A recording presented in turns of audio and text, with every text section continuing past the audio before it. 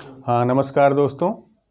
मैं संजय आज आप लोगों को वो सब्जेक्ट पढ़ाने जा रहा हूँ जिससे लगभग 50 से 60% विद्यार्थी आश्चर्यचकित रहते हैं, भ्रमित रहते हैं, कैसे क्या करना है। उसका नाम सुनने के बाद वे लोग इस दबाव में हो जाते हैं कि कैसे सॉल्व किया जाए, कैसे क्या किया जाएगा। तो इस चीज़ का समाधान मैं आप लोगों को बहुत सरल विधि से बताने जा। वो कौन सा सब्जेक्ट है जिसमें लड़के जो है अपने आप को कुंठाग्रस्त महसूस करने लगते हैं, कैसे क्या करना है, कैसे क्या करना है, उसमें क्या हल करना है, क्या नहीं करना है, उससे डरते हैं उस सब्जेक्ट से। लेकिन उस सब्जेक्ट को आसान करने का सबसे सरल तरीका मैं आज आपको बताने जा रहा हूँ, वो है गणित। गणित जैसे गणित में बहुत से चैप्टर हैं, जैसे आप लोगों का औसत आ जाता है, काम समय चाल समय आ जाता है, चक्रवृद्धि ब्याज आ जाता है, अनुपात समानुपात आता है, प्रतिशत आता है, सरलीकरण आता है, लेकिन संख्या पद्धति भी आता है। There are many kinds of chapter of that kinds of subject of mathematics. तो आप लोगों को बताना चाहेंगे कि मैथमेटिक्स में वो कौन सा चैप्टर है जिसको सबसे पहले शुरू किया जाता है।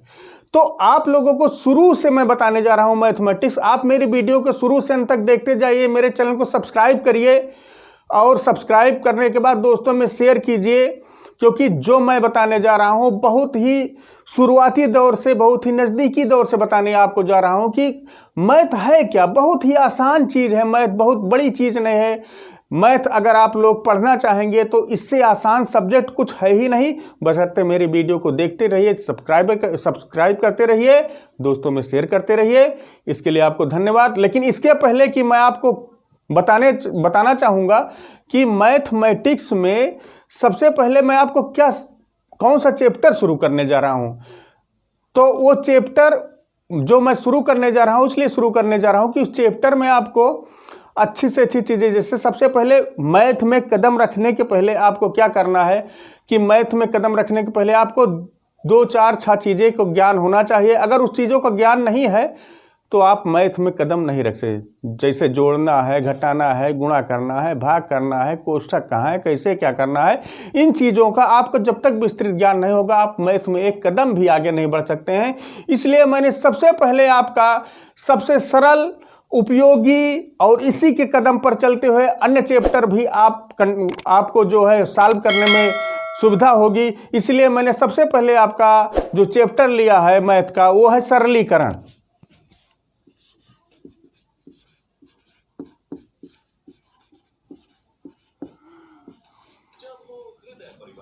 सरलीकरण, सिंप्लीफिकेशन जिसको इंग्लिश में कहते हैं।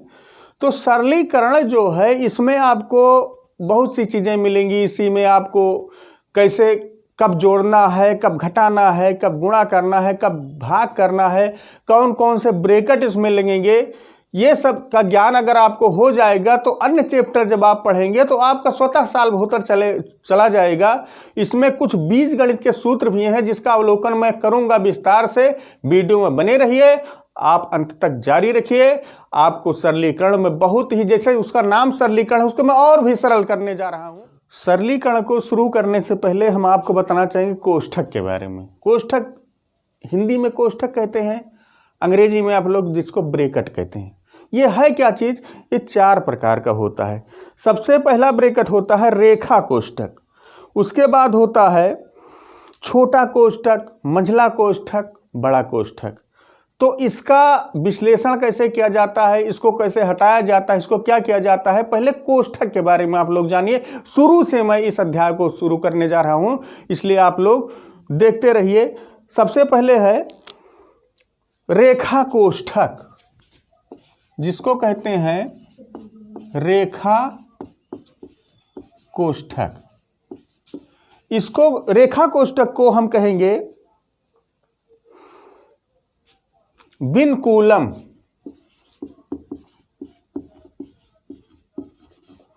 ब्रैकेट, विनकूलम ब्रैकेट, या इसको मैं शॉर्टकट में अगर कहना चाहेंगे तो इसको वीआई कहते हैं। रेखा कोष्ठक को शॉर्टकट में वीआई कहते हैं, जिसको विनकूलम कोष्ठक कहा जाता है। उसके बाद दूसरा कोष्ठक जो है छोटा कोष्ठक है।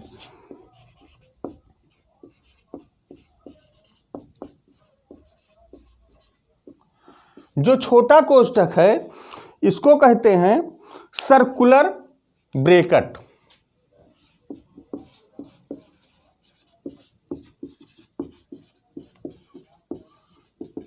इसको जो है एसआई से संबोधित करते, सीआई से, सारी सीआई से संबोधित करते हैं। और तीसरा जो है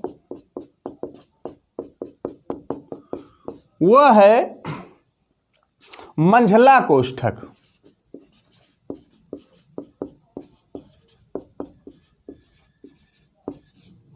मंझला कोष्ठक जो है इसको हम कर्ली ब्रैकेट के नाम से जानते हैं, जिसको शॉर्टकट में सीयू कहते हैं। और नेक्स्ट एंड लास्ट जो हमारा कोष्ठक है उसको कहते हैं बड़ा कोष्ठक।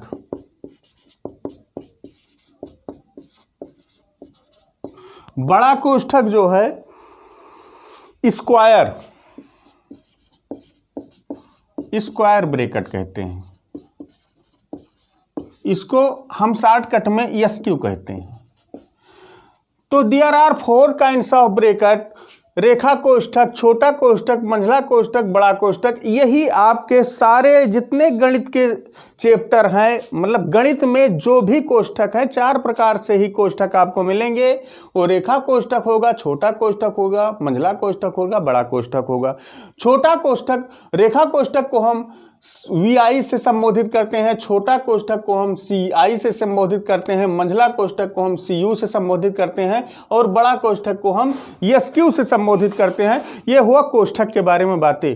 अब दूसरी चीज़ जो है इसमें सरलीकरण में, ये तो हुआ कोष्ठक की बात है, इसको आप लोग नोट कर लीजिए। यही है कोष्ठक, यही चारों कोष्ठक पर आपकी पूरी गणित आधारित है। इसके बाद हम आपको अगली चीज़ बताना चाहेंगे कि इस सरलीकरण में और क्या कि आप लोगों जानते हैं, हमने आपको ब्रैकेट के बारे में बता दिया है। अब दूसरी चीज़ इसमें आ रही है गणित में कि इसके बाद सरलीकरण में क्या आना चाह रहा है, अब क्या होता है सरलीकरण में, इसके बारे में आपको बताना चाहेंगे। आप लोग शुरू से जानते होंगे, आपको नॉलेज में होगा, किसी ने ज़रूर बताया होगा। एक सूत्र होता है बोडमास।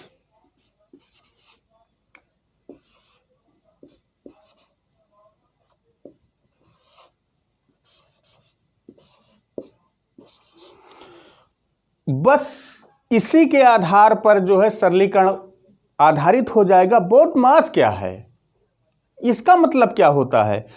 तो B मीन्स होता है ब्रैकेट। अब ब्रैकेट हमने बताया आपको 4 प्रकार से होते हैं, रेखा ब्रैकेट, छोटा ब्रैकेट, मंझला ब्रैकेट, बड़ा ब्रैकेट। तो B मीन्स ब्रैकेट आप लोग जान लीजिए। उसके बाद आप ओ ये जो ओ लिखा है आपका आप प्रदर्शित करता। आप मीन्स होता है गुणा, ये गुणा प्रदर्शित करता है। उसके बाद डी लिखा है, डी मीन्स होता है डिवाइजन, DIVISION। डिवाइजन मीन्स होता है भाग, किसी चीज को भाग देना। जैसे आपको भाग देना है तो जैसे 24 है 8 से भाग देना है तो 8 3 24, तो ये डिवाइजन हो जाएगा। भाग देने की क्रिया को डिवाइजन इंग्लिश में कहते हैं। तो आप भाग दे दीजिए। उसके बाद है यम। यम क्या है? आप लोगों ने सुना है गुणा करना, जिसको इंग्लिश में कहते हैं मल्टीप्लिकेशन, यानी मल्टीप्लिकेशन।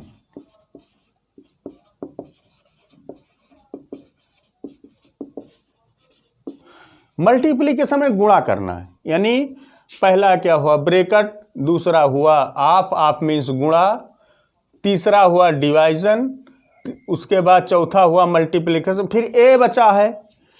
ए मीन्स क्या होता है? एडिशन।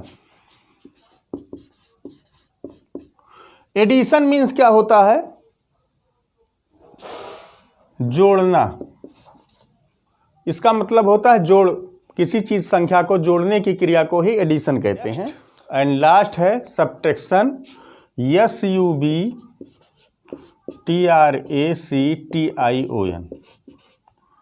सब्ट्रैक्शन मीन्स होता है घटाना। तो घटाना यानी कि क्या हुआ इसमें, आप लोग हमने ब्रैकेट के बारे में बता दिया, BODMAS के बारे में बता दिया, तो सरलीकरण चल रहा है। यही दो चीज़ इम्पॉर्टेंट है। उसके बाद तीसरी चीज़ जो सबसे इम्पॉर्टेंट इसमें है वो क्या है, कुछ बीजगणितीय सूत्र। उसी के आधार पर आपके कुछ प्रमुख सवाल जो है, इम्पॉर्टेंट सवाल जो आपके प्रतियोगी परीक्षाओं में पूछे जाते हैं, उसी के आधार पर सॉल्व होंगे। वो कौन कौन से सूत्र हैं, इसके बारे में आपका विश्लेषण या विस्तार से वर्णन करने जा रहा हूँ, उस पर ध्यान दीजिए। गणित के जो बीजगणित के जो कुछ प्रमुख सूत्र हैं, इन सूत्रों के आधार पर आपका सरलीकरण का लगभग मानकर चलिए 70% क्वेश्चन सॉल्व होता है। वो सूत्र कौन से हैं, उन सूत्र के बारे में बताने जा रहा हूँ। उन सूत्र को आपको कंठस्थ करना है, कैसे क्या होगा, कहाँ क्या रखना है, इसके बारे में मैं बताऊँगा। लेकिन सबसे पहले आप लोग सूत्र लिखिए, वीडियो बने रहिए, आप लोग देखिए कैसे क्या है। पहला सूत्र क्या है, a² - b² = a + b a - b। Next formula है a + b का होल स्क्वायर बराबर होता है a² + b² + 2ab। उसी क्रम में a - b का होल स्क्वायर होता है a² + b² - 2ab। एक होता है a³ + b³ बराबर होता है a + b a² - ab + b²। Next है a³ - b³ बराबर होता है a - b a² + ab + b²। Next है a - b का होल क्यूब बराबर होता है a³ - b³ - 3ab ब्रैकेट में a - b। फिर है नेक्स्ट फार्मूला a + b का होल क्यूब बराबर होता है a³ + b³ + 3ab ब्रैकेट में a + b। ये जो प्रमुख सूत्र है बीजगणित के, इन्हीं के आधार पर आपका सरलीकरण होगा। यानी हमने आपको 3 चीज़ें सरलीकरण में बताई। पहली चीज़ें हमने आपको बताई है कोष्ठक। कोष्ठक के बारे में चारों कोष्ठक हमने बता दिया आपको, रेखा कोष्ठक, छोटा कोष्ठक, मंझला कोष्ठक, बड़ा कोष्ठक। उसके बाद BODMAS का हमने आपको जो है व्याख्या कर दिया है, कैसे क्या करना है। फिर हमने जो बीजगणित के प्रमुख सूत्र हैं जिनके आधार पर आपका सरलीकरण के अधिकतर क्वेश्चन सॉल्व होंगे, उन सूत्रों को हमने बता दिया। अब हम सरलीकरण की ओर बढ़ रहे हैं कि इस प्रकार क्वेश्चन को कैसे सॉल्व करेंगे। अब आइए देखते हैं, एक क्वेश्चन हम ले रहे हैं सरलीकरण का, उसको सॉल्व करके आपको हम बता रहे हैं। आइए देखिए। तो सरलीकरण का पहला क्वेश्चन जो हम आपको बताने जा रहे हैं, जैसे आपको स्क्रीन पर दिख रहा होगा, तो उस सवाल को कैसे सॉल्व करना है आपको देखिए। उसमें सबसे पहले आपको लिखा है 856 + 167 का होल स्क्वायर + 856 - 167 का होल स्क्वायर अपान में लिखा है 856 × 856 + 167 × 167। तो ये आपका सवाल है, इसी को सॉल्व करना है। कैसे सॉल्व होगा अब हम इसको बताने जा रहे हैं। तो इसमें आपको 2 व्यंजक मिल रहे हैं, सिर्फ 2 व्यंजक। क्या? 856 167। तो 856 और 167 अगर आपको मिल रहे हैं तो इसमें क्या करना है, 856 जो है इसको a मान ले रहे हैं और 167 जो है इसको हम b मान ले रहे हैं। अब इसी के आधार पर आपका क्वेश्चन जो है सॉल्व होगा। कैसे होगा?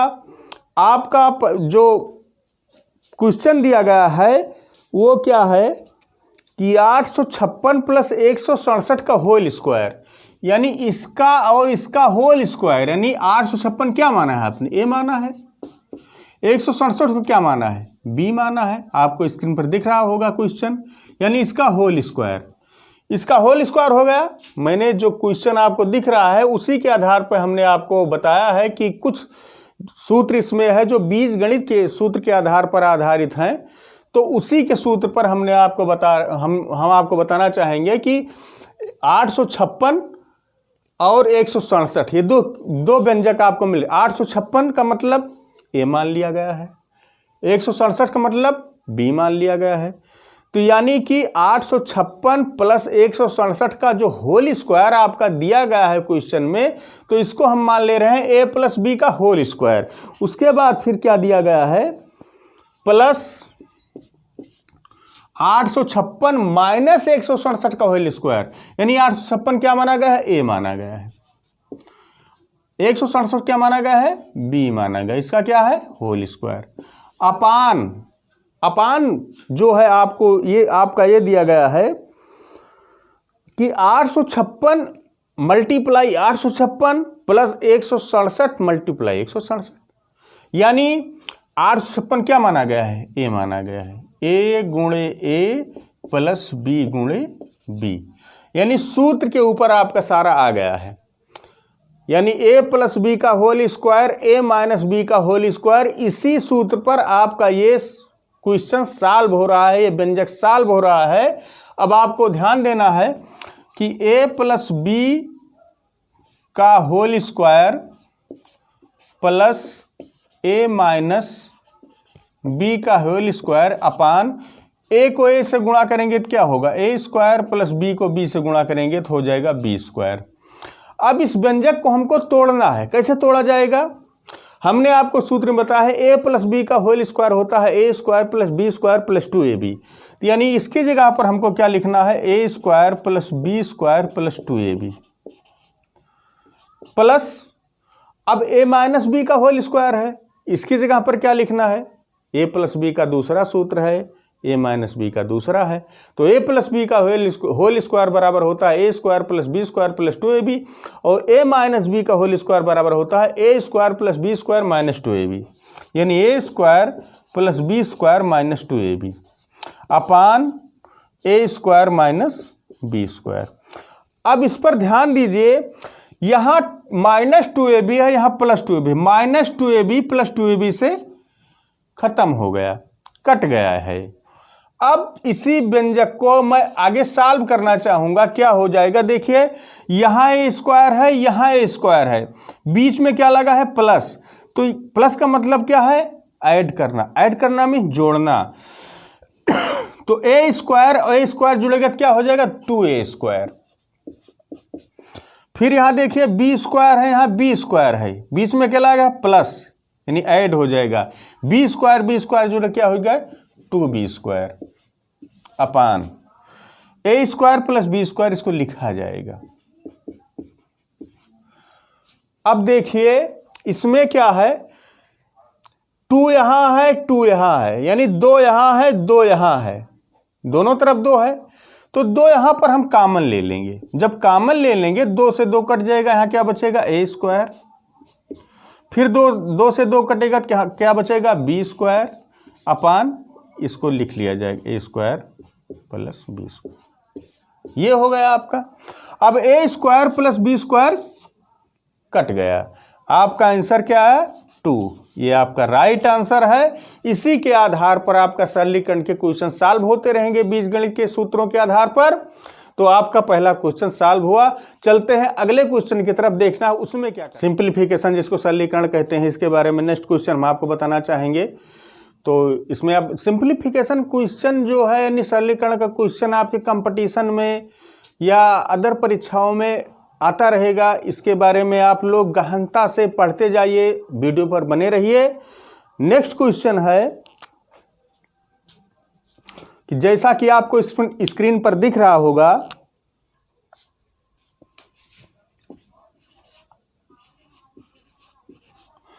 $19,587 जिसको कहते हैं इंटू 637, ये आपको स्क्रीन पर दिख रहा होगा।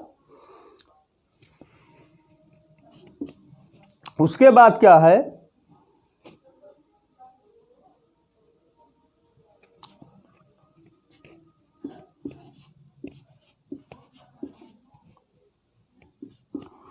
नेक्स्ट है मल्टीप्लाई करने के बाद आपका अगला व्यंजक होगा